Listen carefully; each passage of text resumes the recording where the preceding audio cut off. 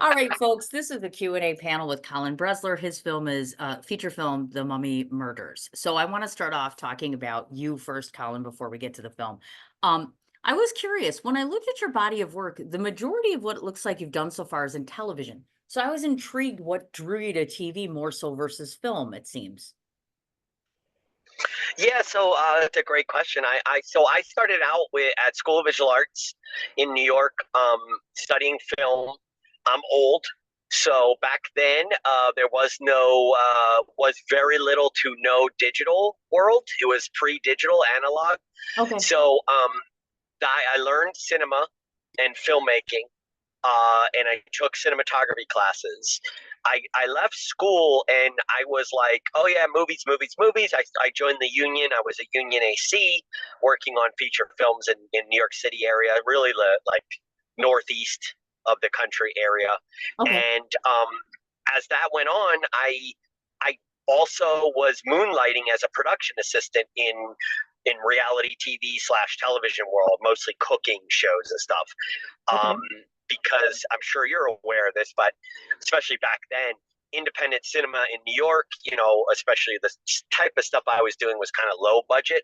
Yeah. So the money wasn't great, and I was trying to build a life. So television PA money was about the equivalent of AC money, first AC focus puller money in movies. So I was kind of like in a split reality or split career. And then um, I just got opportunities in television doing camera operating, whereas I was in independent film in New York doing film, but focusing on assistant camera work.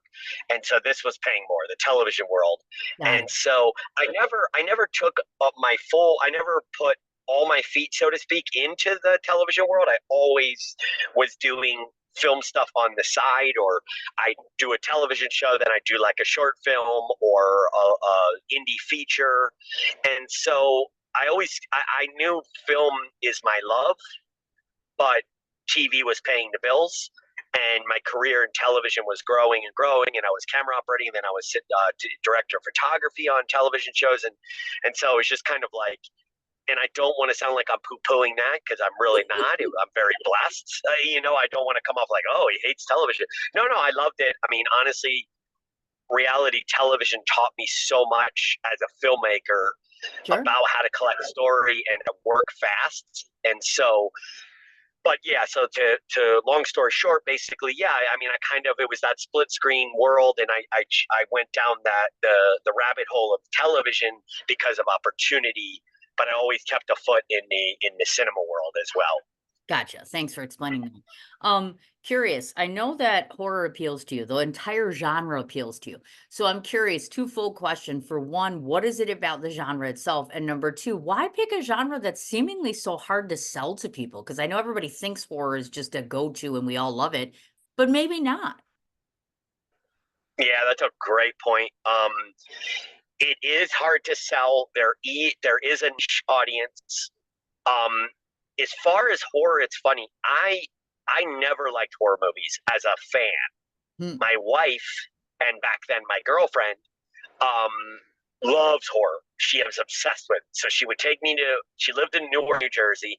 I would go visit her, and she'd take me to this little hole in the wall DVD rental place when Okay. that existed, by the way, Yeah.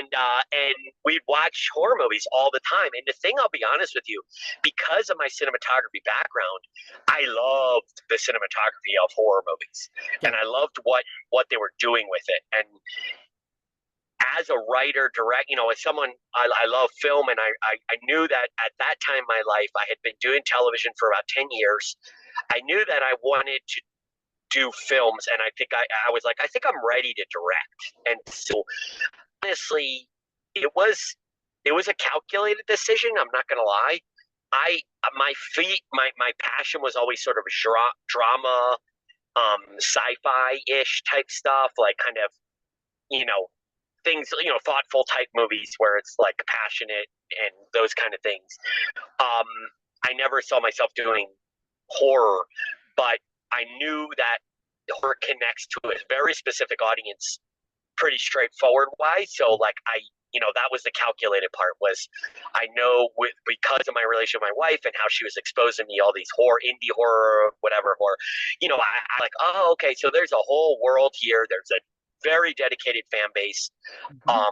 Yes, you're correct. It does turn a lot of people off. There's a lot of people that I meet today that go, they're like, what kind of movies do you make? I say horror, and they're like, oh, I don't watch those. I don't like, I don't like those. You know what I mean? Whereas you don't meet anyone that goes, "Oh, what do you make? Drama? Oh, I don't watch drama. That freaks me out." That's not a thing. So, yeah, you do have to be, you have to understand going into horror that there's gonna be a more of a turn off to certain audiences, but you hope that you can get into that horror world where they start to trust you as your talents and your abilities and say, yeah, I like this person's stuff, and I want to follow their career and see what's next. And if you can get there, which is very hard, I'm not saying I'm there, then you've created an audience that will probably stick with you for a while. Yeah, good point, actually. So I'm curious if I were to ask, or if I were to respond to this and say, okay, what's my favorite horror movie? Because I'm going to ask you this. So what I'm not getting is today's world. Like everybody seems to like it's just got to be more and more and more sensationalized. Like for instance, I hate Michael Myers and he scares me to death, but Halloween is like some of my favorite because it's old school. Nightmare on Elm Street, old school. Nowadays, we have the Terrifiers and the Jigsaws of the world. And I'm just like, God, it's gore and blood and all of this good stuff. So as the movie maker, besides your own film, what's kind of your favorite out there? I mean, do you steer towards the old school, or now with all of the new age stuff, where do you stand with all of this? So I'm going to cop out and say two. Um, I'm going to go back in the day. I love. I would say it's my favorite. I know people will say it's not horror, or maybe it's horror, but I love The Thing. Remember with John Oh Carpenter's yeah. The Thing? Yeah. Oh, I love that movie. And so um, that's my favorite, probably of all time. Nowadays, I really love Hereditary.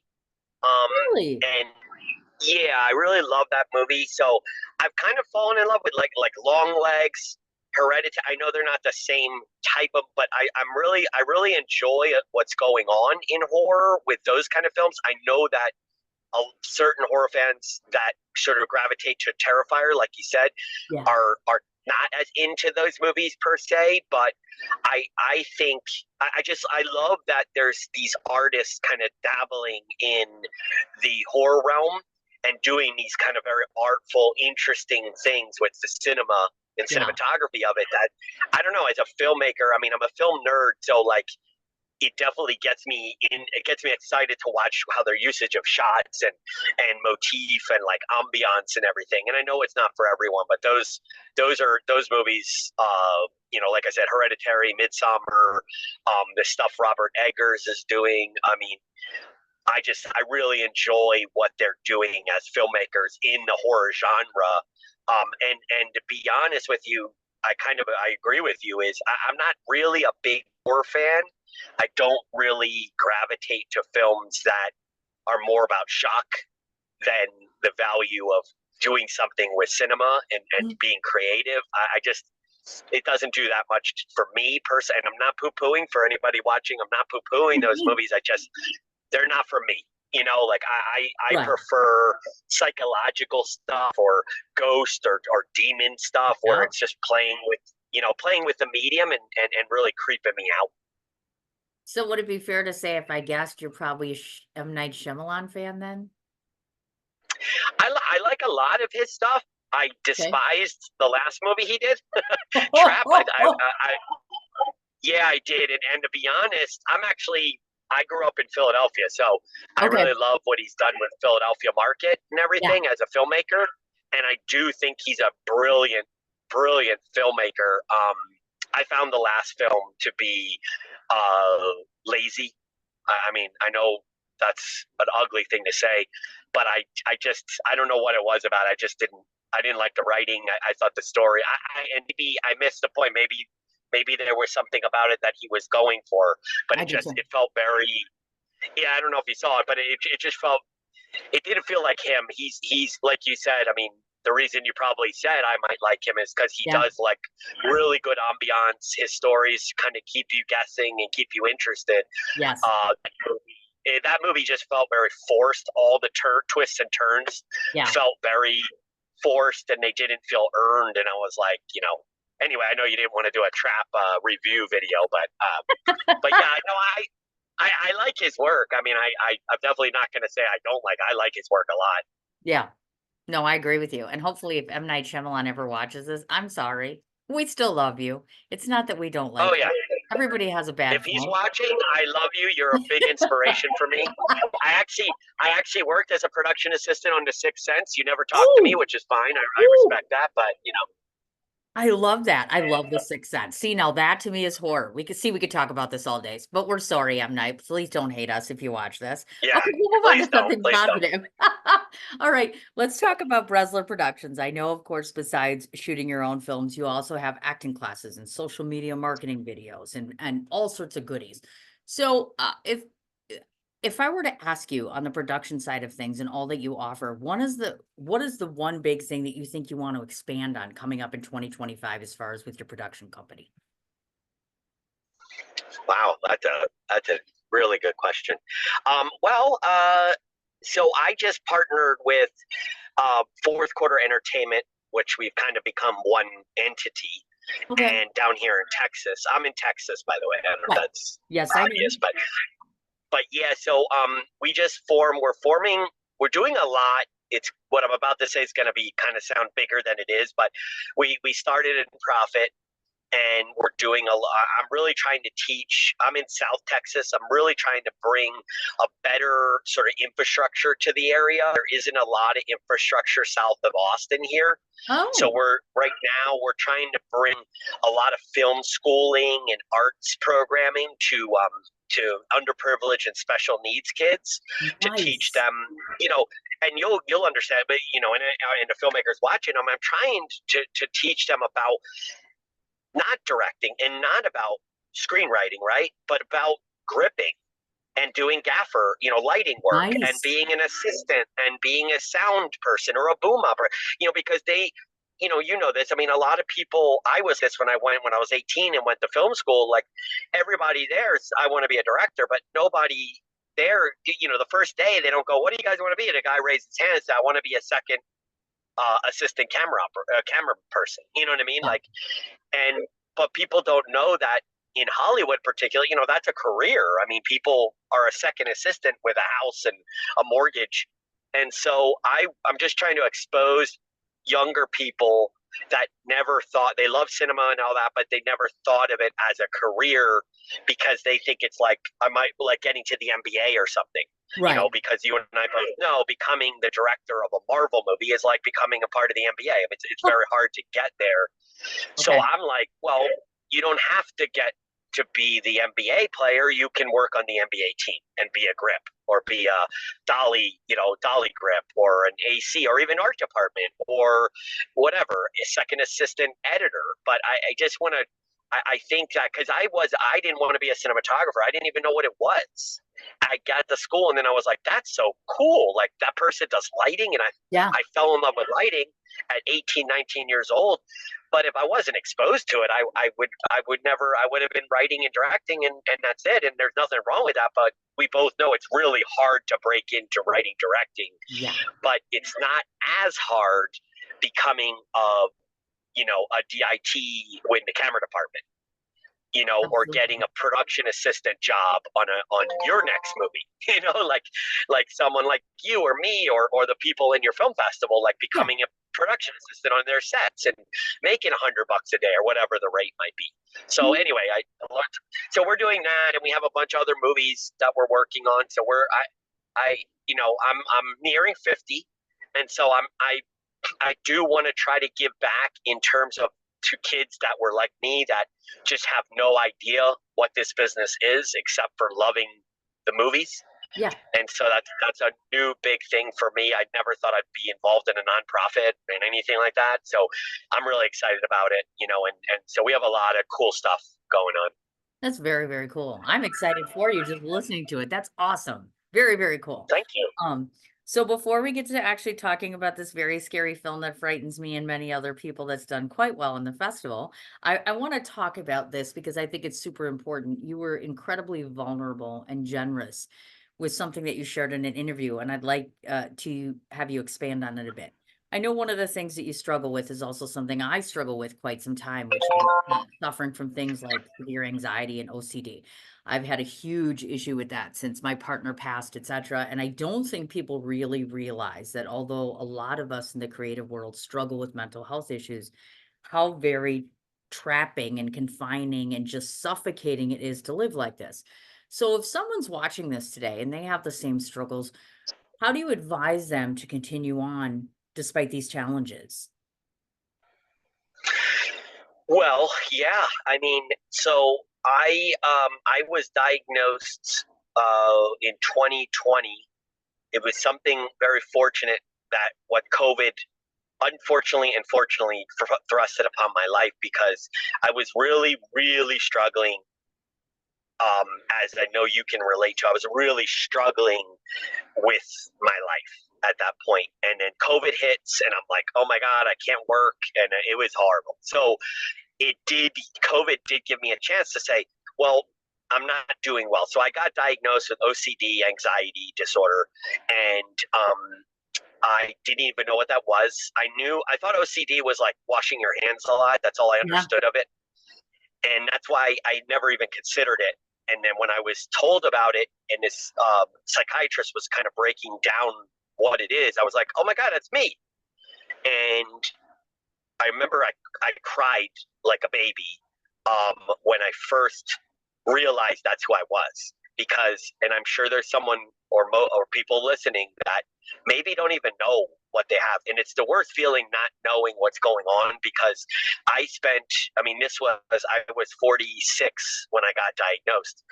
I had a lot of problems from 18 to 46 Hmm. coping. And but one of the hardest struggles was I never understood what was happening. So I would mask, I would do all the things, right, that everybody does. Yeah. I would, just push it aside. And I do not in any way recommend that. I think one, definitely get help. You know, whether it be therapy if you can afford it, or your insurance covers, whatever. Secondarily, there are some incredible videos on YouTube about if it's depression or anxiety, about different things that help you. I know for me, meditation changed my life. I thought meditation was like a hippie yoga thing or Yeah. something. And by the way, I did yoga. I did yoga. I don't want to hate on you. I love yoga. Okay. But I never, I was always like, oh, what's this breathing stuff got to do with but when I learned how it coordinates with what I was going through, it really helped. So I definitely would say, like, if you know for sure getting through the day is hard, very hard, and you're having to just bottle things up, I would say that's a clear sign going down the wrong road. Yeah. I would say that try to recognize, okay, so I'm bottling something up here. Maybe I don't know what it is, but I think the first step is trying to figure out what it is. And by the way, that could be self diagnosis in terms of doing good research, but looking into your symptoms and trying to figure out if it is, oh, I obsessively think about something that's illogical, but I'm always thinking about it, and I think it's going to happen to me, whatever it is, or depression. Just don't ignore it. Get help, and because I bottled forever, and until, like I said, until not COVID, but before COVID, it was becoming too much. I couldn't put it away anymore, and I was really scared. I was like, oh my God, I'm not winning this fight anymore, and it's starting to really, really become hard to get through that day. Whereas in the past, it was hard some days, other days was, easy, and then other days was moderately easy or difficult.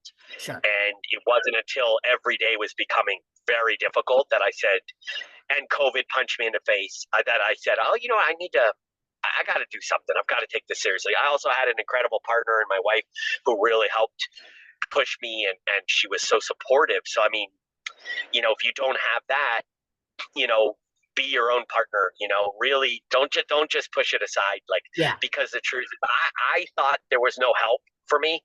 I truly believed, I was like, I just is what it is. There was a point where I was like, it is what it is. You got to do as good as you can and hopefully get through this life. Um, But once I got help, I realized, holy crap, there was help.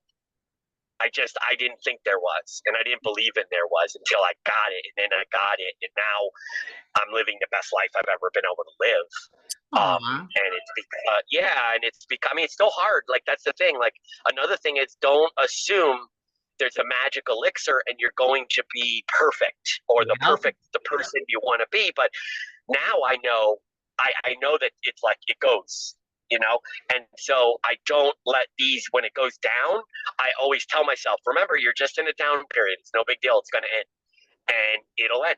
And then I go, okay, but anyway, I'm rambling, but that's the I point. I get just it. just find out. I like that. Thank you so much for that. So Mummy Murders, this movie, The Mummy Murders, my gosh, completed in July of 2023. Bunch of different questions. First off, I want to start off with the obvious. Well, to me anyways, it was shot in San Antonio. I understand that. So for those that are watching that have never shot there, is there any sort of large benefit to being in San Antonio in Texas as far as filming goes, whether it's credits, whether it's just availability of locations? Tell us a bit about that.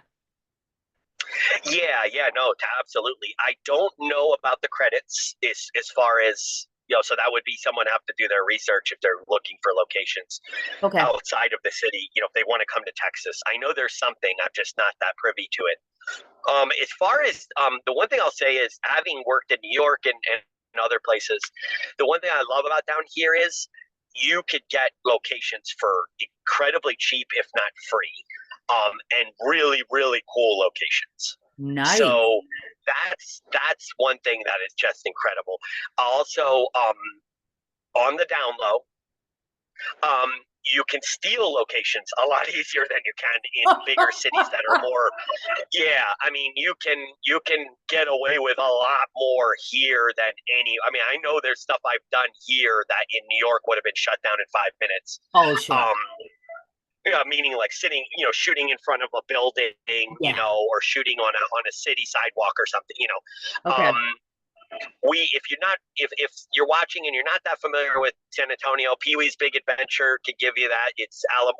We got the Alamo here. We've got the Right. Riverwalk, and they're also, the Alamo is part of a 5 missions. So there's 4 other missions that look like the Alamo, but they're actually like property state parks.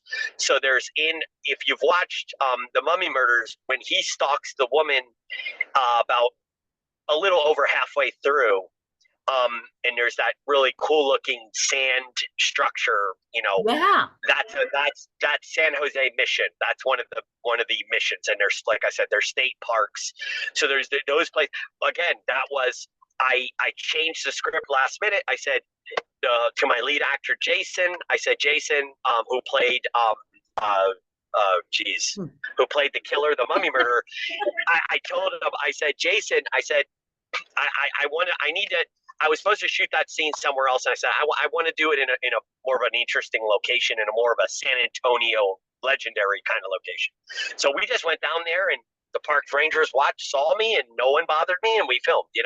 So Awesome. that's obviously bigger cities. That's going to be hard. So yeah, and really quick, San Antonio particularly offers about I'd say 5 unique looks. There's out west, there's sort of the desert look. That's kind of like No Country for Old Men. You get Okay. the hill country, which is kind of like Napa Valley ish, rolling hills and trees. Then you get the south is like the flat plain lands, like another Coen Brothers movie I can't think of, Blood Simple. And then you go east, and it's kind of like farms and cattle and stuff. So you can get a bunch of different looks, and then obviously in the city downtown, you Yeah. can get kind of your urban city vibe. Okay. Gotcha. Thank you for that. It's quite thorough. Now we all know we want to go to Texas to film and keep it on the down low about the free stuff because God knows guerrilla filmmaking is still alive and well. Um, so I'm not going to give away too much for those that haven't seen it yet. So I'm going to tiptoe around these things. For those that have watched it, we already know the whole premise, but for most of you who haven't, I'll tell you. The main story centers around our lovely reporter who is sitting in a cafe/coffee shop, and mysteriously someone walks up to her and has a story to tell her, a very interesting story that revolves in some way and in some fashion to her, only she just doesn't know it yet. So, a bunch of interesting questions. I like teaching questions. So first of all, I have to know what made you decide to create this almost constant organ church-like sounding music, so musical score. It's perfectly fit. Where did you get it from, or who composed it? Yeah, so that was I met a composer on Facebook named James Tierney. He's out of England, actually. Oh, We met through a Facebook group. He posted in the group that he does instrumentation and musical scores for movies. Reached okay. out to him. He's incredible. He has a website, I believe it's his name, jamestierney.com.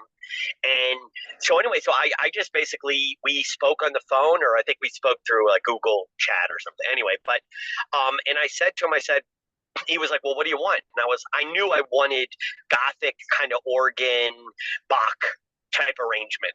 Yeah, It just felt right to me, an operatic kind of feel to uh the Mummy Murder, the Mummy Murderer's character, the way he paints the women and kind of how he deals with everything. So like, I told him, and he just basically, we never met. Obviously, he's in England, and he would just send me clips that he worked on, and I would say, I like that, slow it down, or can you do like a deeper tone? I'm not a musician in any way, so I don't know what I'm talking about, but I would just kind sure. of like, I would just feed him, like, okay, so, you know, can you do faster? Oh yeah, yeah, no problem. I'll do it faster.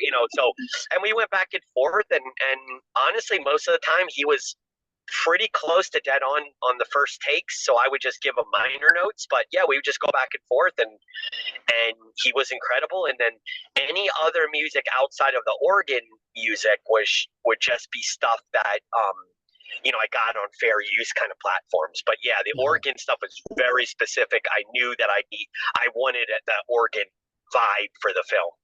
It was great. That's terrific. I absolutely loved it. Second thing I want to ask you about is I'm going to guess that for your victims, there were special effects involved. So I'm always fascinated about how people make victims up and things like this. So how arduous of a task was it to actually create a mummified sort of look?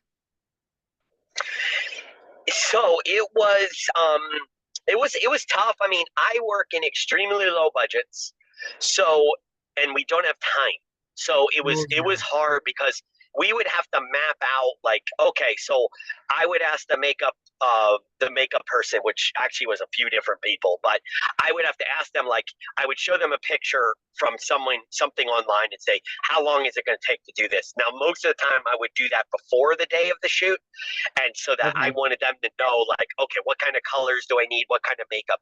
So they would always do kind of like a base coat for the skin to have the deadness of the skin, even though in most cases, the especially with one of the major scenes in the film, she's recently dead, so her skin would still have some Yeah. pigment to it. but Sure. but they would always create, or she would create an art look, because that was his thing.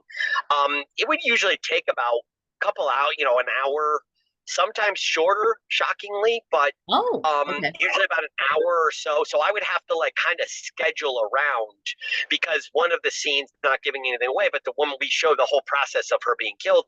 So we had to kind of map out, okay, so like we got to shoot this, and this, but Okay. then she needs to go into makeup to do the overhaul of the makeup.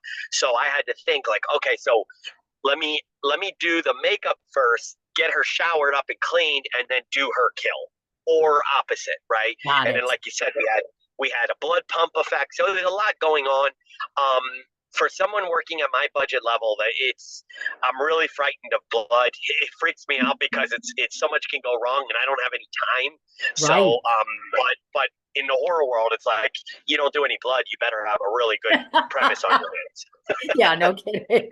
I get it. Yeah, I'm always fascinated by how people can use such a tiny amount of money and create such a huge thing, a la your movie, of course.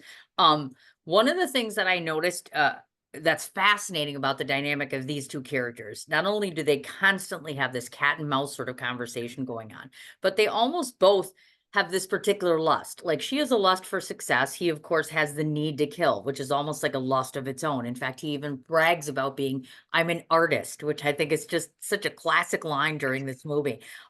They almost actually play and feed off of one another. And so I always like to ask this question. Either it's very, very good acting or these two have acted together before. So how did you know that these two were going to do so well together in these very strong, tempting roles? So it was interesting. So Jason Scarborough, who plays the killer, Mhm. um, the mummy murderer, I worked. He was a lead actor in a previous movie I did called Remy's Demons, Mhm. and he played in that movie. He played an autistic uh, Satan worshiper, and he was incredible in that movie. And so I knew him. I knew there wasn't much I had to do with him. Layla Okay. Scott, who plays the reporter, I had never worked with before. Oh, So but I saw her work. I loved her work. I knew through other people how professional she was. I had worked I was like a grip on a short film that she was on. So when I say I didn't work with her, I actually did work with her once, but I didn't work with her as a director. okay. Anyway, on that shoot, I remember thinking I was the grip and I'm like standing there and I was like, I, I got to cast her in something. Anyway, so years later, I cast her and Jason, I knew how to work with Jason. Jason, you don't over give Jason, you don't over direct or over note him. Okay. You give him the notes you need and you let him cook. With Layla, because I hadn't worked with her, her and I met a few times before the shoot, and instantly I was like, oh my God, she gets it. She knew the character. She understood the character. She understood she was bringing so many nuances. Hey, what if I do this? What if I do that? There's a lot of little minor things that you'd probably notice on the second or third viewing that she's doing as an actor, bringing to the story and the character that weren't from me. They were just things she told me, and I said, "Oh, that's brilliant. Yeah, that's totally what she would do." And so they are both. They are honestly a little bit of copy paste, to be honest. I mean, I really stayed out unless I saw something I needed big from them, but Okay. I knew that I gave them my general notes. We rehearsed the entire movie before shooting on a Zoom call like this, Oh, okay. and that was it. I mean, I saw where they were going. I knew they had it, and then on set, all I did is do refining work of, hey, here's a moment, Jason. This moment here, he's getting upset. I know I told you that he's a sociopath, a psychopath, so he's kind of not in touch with his emotions in that way, Sure. but he still knows anger. So here, she pisses him off by this one comment he makes. So like she makes confront that, things like that. But with actors like that, for me, it's sometimes better to just kind of get out of their way and only kind of steer them a little bit, but not try to oversteer them. Sure, you bet. Now, since Jason is not here, I guess I have to ask you this question, assuming you know it. Now, a lot of times when an actor knows that they're going to be taking on a role, whether the individual is real or not, they want to do preparation or research or try to really enthrall or embrace themselves into this. Did Jason do any of that, or did he kind of just formulate the character as he was on the set or as he was reading the script? I'd say both, but yes, he definitely did research. I Ah, sent him a bunch of real serial killer interviews okay. um, from documentaries and things like that. I sent him stuff. He would almost invariably tell me, "Oh yeah, I already watched that one." And he just he's not a method actor, but Yeah. he's an actor that does a lot of research. He takes a lot of care in. He's always like telling me, Colin, we can't make this guy. This person, we can't make them two-dimensional, and we can't make this a caricature. And I'm like, yes, yes, yes, please, please. So he took great pains in trying to to be as close to a real serial killer as possible. Obviously, it's not real, so there's an acting Right. component and a non-reality component, but and also this is not a true story, so he's not coming at it like I've got to be just like Jeffrey Dahmer was, or I got to be like Ted Bundy. It's like Yeah. he's like, okay, so I'm building this other guy, and like you said, the artist part, like, well, what are his quirks? What are his eccentricities that make him a man that would gravitate to killing people in this really eccentric, bizarre way, you know? Yep, you betcha. Now, those that are watching this might be saying to themselves, okay, it's another horror movie. It's another indie movie. Why should I want to watch it? So, Colin, I'm asking you, tell your audience what distinguishes this horror movie or this indie movie from another. So I always tell people that I actually myself, so I wrote this script with Will Donahue. Will Donahue did all the heavy lifting, so I don't want to take too much credit. He's an incredible writer. He actually Mhm. he lives in Seattle now, but he lived down here then. He was in the Air Force. But this is one of these people who could write like a book in like 5 days. If you said, "Hey, Will, I need a book written," he'll write a book.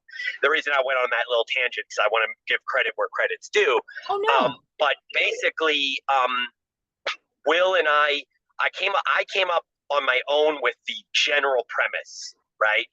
Yeah. But then Will and I chopped it, and Will really was the one that kind of sculpted, um, the main character, the killer.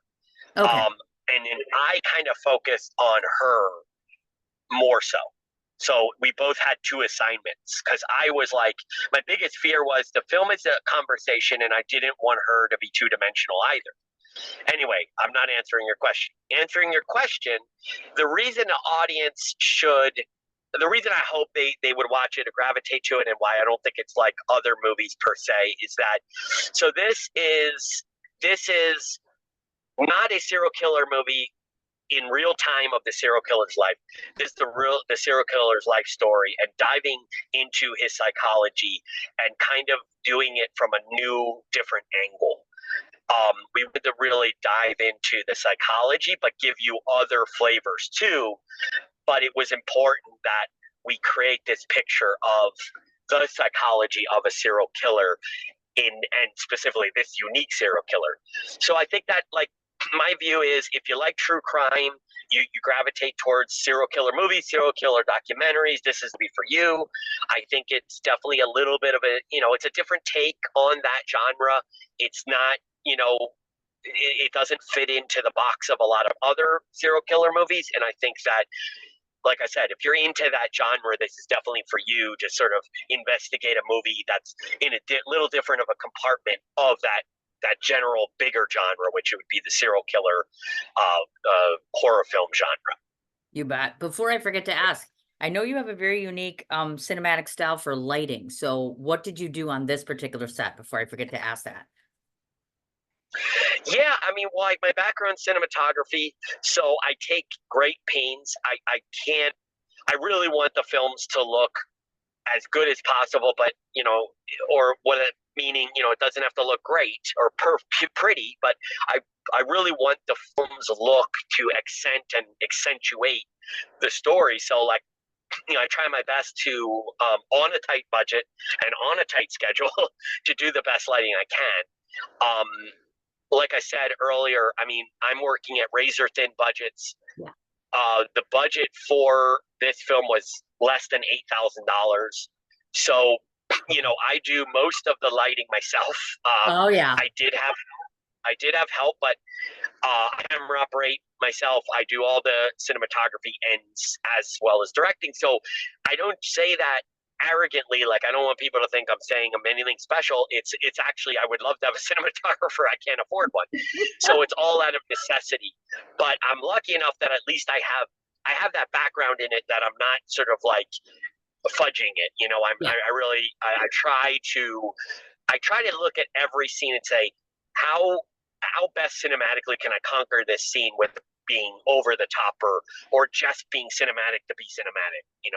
I try. So I mean, but I will say there were some stuff on that on Mummy Murders that were really hard because we didn't have a lot of schedule, we didn't have a lot of time, and we didn't have a lot of money. So we were handling at times 5, 6, 7 scenes a day, and so and different locations. So it's like, as a cinematographer, anyone watching that does that, or even directors that it's like you, lighting takes time, and Yeah. lighting takes accuracy and audition, rehearsing shots. And when you don't have that, I've always found I now with my films I try to over schedule so that I can, or under schedule is probably the word I'm looking for. I try to give myself more time nowadays. I'm trying to create budgets and schedules where I have a little bit more buffer, just because there are some stuff in the Mummy Murders that, as a filmmaker, I look back, I'm like, oh, if I only had 10 more minutes, 15 more minutes, I could have done this or that. But it's, it is what it is. But yeah, I just, in the film, we definitely, because of flashbacks and stuff, I wanted to put a color grade on stuff that kind of had, we did a lot of research, looking, I mean, I'm old enough, looking at 70s and 80s photography, and we wanted to have a 70s, 80s look to some of the flashbacks and the coloring and some of the saturation issues that looking back at an 80s picture now would give you, things like that. And then the cafe scenes, I wanted the cafe scenes to be real sharp and granular so that, Sure. it felt very edgy and intense. Like the intensity was, we even did some stuff with the shutter to kind of create a little bit more of a sharpness, whereas the flashback stuff were softer, lighting, softer color, the colors were a little bit washed out. I wanted it to feel like you were looking back at old photos. Nice. Very nice. Now, in addition to having the Mummy Murders out there, I wanted to ask you, you have the upcoming Into the Gravel Pit. What's the status on that one? Yeah, so Into the Gravel Pit just got picked up by Buffalo 8.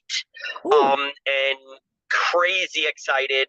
We're in QC hell. Any filmmakers know what that is. It's nightmare fuel. Every film I've done, it seems to get worse, and I totally respect it and I get it. I'm coming off as a bitter guy, but QC, we're in QC, and we're just trying to survive QC right now. Quality control. If my you don't know what gosh. QC is, I know you do, but if you're out there going, what is he talking about? Quality control, and just so, but yeah, we Apollo 8's releasing it. We don't have a date yet because they told me once it gets through QC, they'll be able to give me a more window, but it's Sure. looking like early 2025, January, February, which is funny because Mummy Murders was released January 2nd, 2024, so it'll be Yeah. kind of like 1 year later. That's a total departure. It's a drug trip movie, more gory, so you probably won't be a fan of it, but that one's a lot more about grotesque stuff than the Mummy Murders, being more of a thriller, psychological Sure. thriller. This Into the Gravel Pit's a little bit more about, a little bit more grotesque, it definitely has psychology. Obviously, with my OCD background, I think I'm probably a little bit obsessed with psychology, but um, it still has that, but there's more gore in it. Put it this way, I've screened it a few times, and there's a couple moments in the film where everybody's like, I don't want to look at this.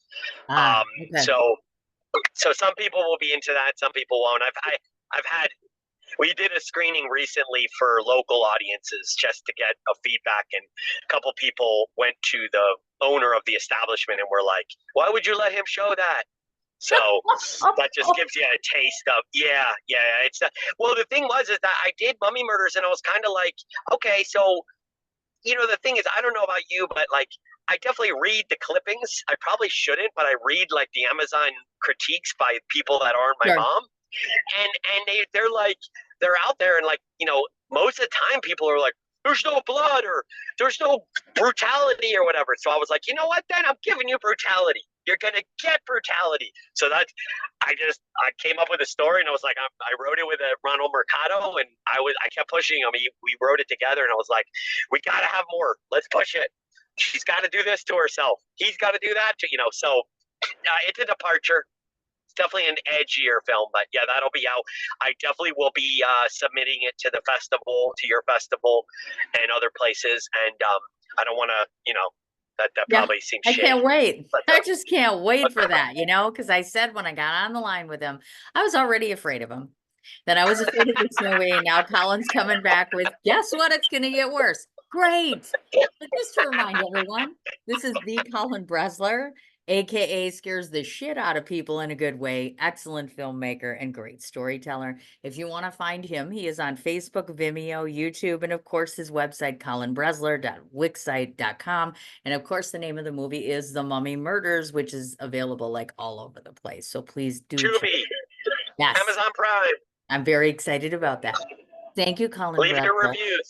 Thank you so much.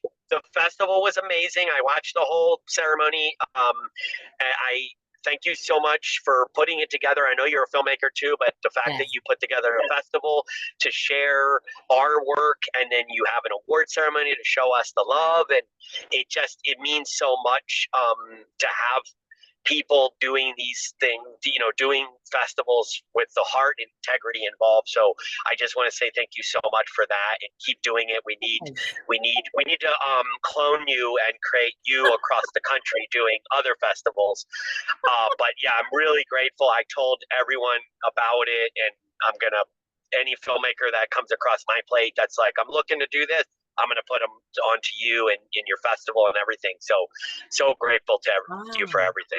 Holy cow, you're the man that could actually clone me. I totally could see you making a movie where they're I cloning. think we're going to clone you. No, Yeah, no, we're can you good. mail me a strand of your hair? Okay, this is getting weird now. Just stopping right now.